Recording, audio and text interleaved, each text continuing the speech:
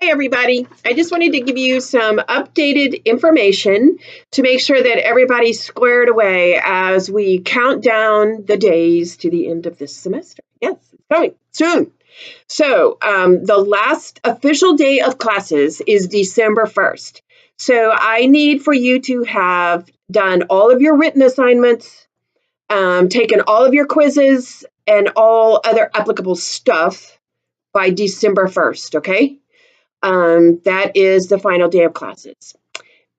Beginning on December 4th, that is when your final exam period starts.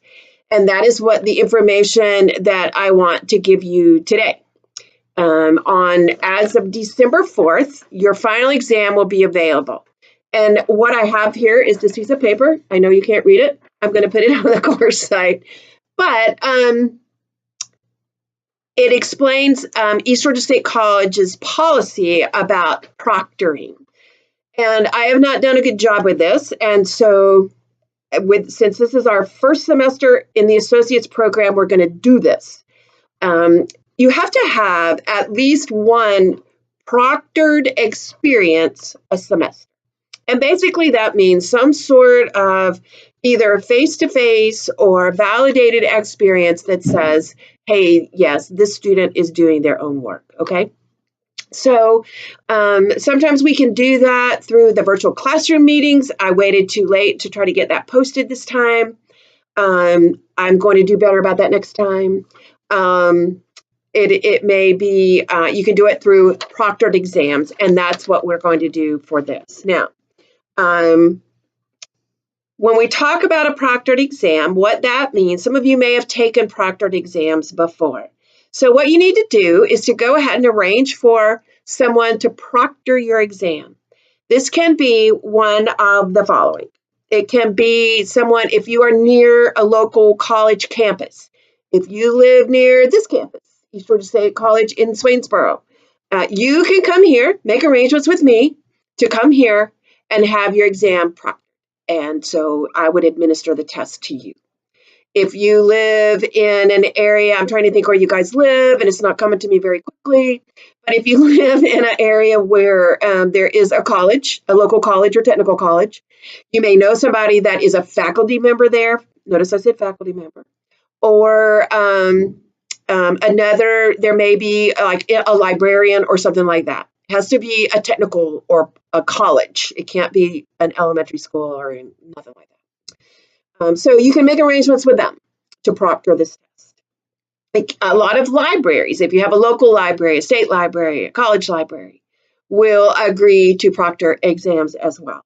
Now, sometimes there may be fees associated with that. It should not be very much money, if any at all. The other is and hopefully this is a better opportunity for most of you, if you work for a fire department or not, your proctor can be someone that is certified as a proctor through Georgia Firefighter Standards and Training Council. Your training officer may be that person. This is a person that is allowed to proctor and grade people for firefighter 1, firefighter 2, that's allowed to do investigation testing, to give those tests for standards and training.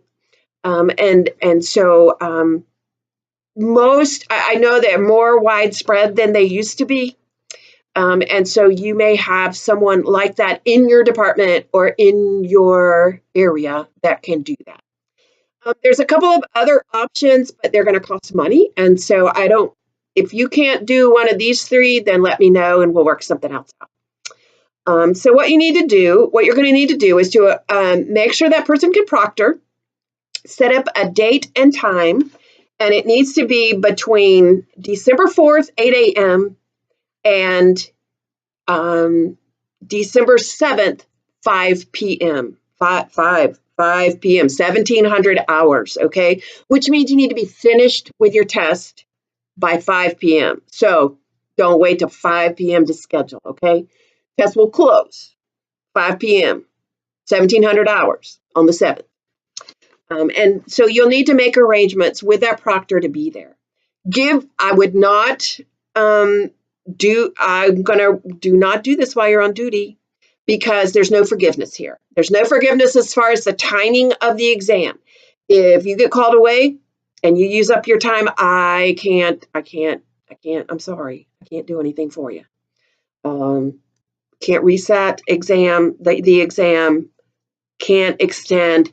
Now, most of my tests, if you keep working, it will flag it as being late. You can still submit, and I'm going to leave it like that, but there will be a penalty. There will be a penalty because you've got notice here. You got 4 days, the 4th, the 5th, the 6th, the 7th. Surely you can make arrangements one of those days. What your exam in this course has a multiple choice portion. I believe there's 80 questions, I believe. There may be 40. Maybe there's 40 questions. Anyway, it counts to 80 points, multiple choice. And then you will be doing 2 essay questions. You will choose from 4 essay questions. So there's 4 questions on there. I'm only going to grade 2. So pick 2. And each of those are timed separately. And so you should, but I would allow yourself a couple of hours anyway. I believe I gave you an hour for the multiple choice portion. There must be 40 questions on that. And then an hour for the essay portion. This is the first time I've done this with the essay portion like this. So I've got to figure out, I'll give you some more instructions about that. Those will be on the course site. I know some of you like to compose in Word, and I don't know that we can do that with a test, okay? So maybe grammar and spelling are not going to be that important in this, but I want complete answers.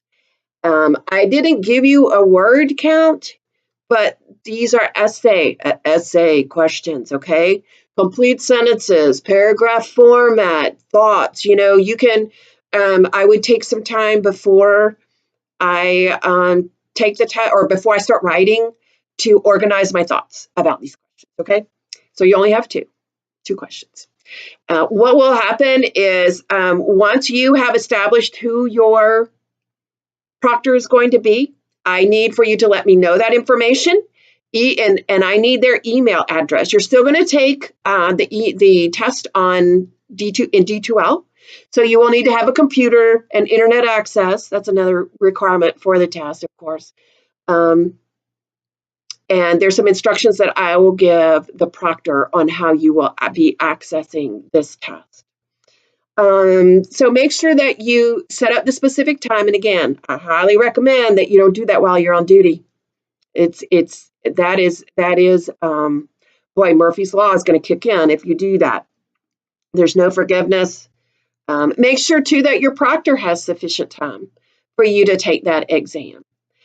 So if you have any questions about this, be sure and let me know. Like I say, this is the first time I've done this proctored exam, and there's another way that we can do it. It costs money. Someone watches you through the camera on your laptop, and that would just make me totally nervous. And so hopefully this will be a little more comfortable for you. I will have some instructions. It is not, you cannot use your book. You cannot use any kind of cheat sheets. You cannot use any kind of notes. It's just you and the computer, okay? And maybe a pencil and a paper, okay? When you're taking this test. So I just wanted to kind of throw that out there. I am trying to step up the game here with these courses to make sure that they are proctored. If you have any questions about who can proctor, again, someone from the local college campus, if you're close to here, I'll be glad to do it. Just set up a time with me and let me know. The library or a state certified proctor for Georgia Firefighter Standards and Training Council. So one of those people should be able to do that for you. I'm going to post these instructions onto the course site. I'm going to put something in the announcements that there's information about that in there. And so I want each of you to make sure that you understand this. And let me know if you have any questions about it. That's certainly fine. But I just want to make sure everybody's clear on the expectations about the final exam as this wonderful first semester for you draws to a close. And I'm looking forward to next semester, which is even going to be more organized. You just wait and see. I'm excited. Y'all have a great day. We'll talk to you soon. Bye.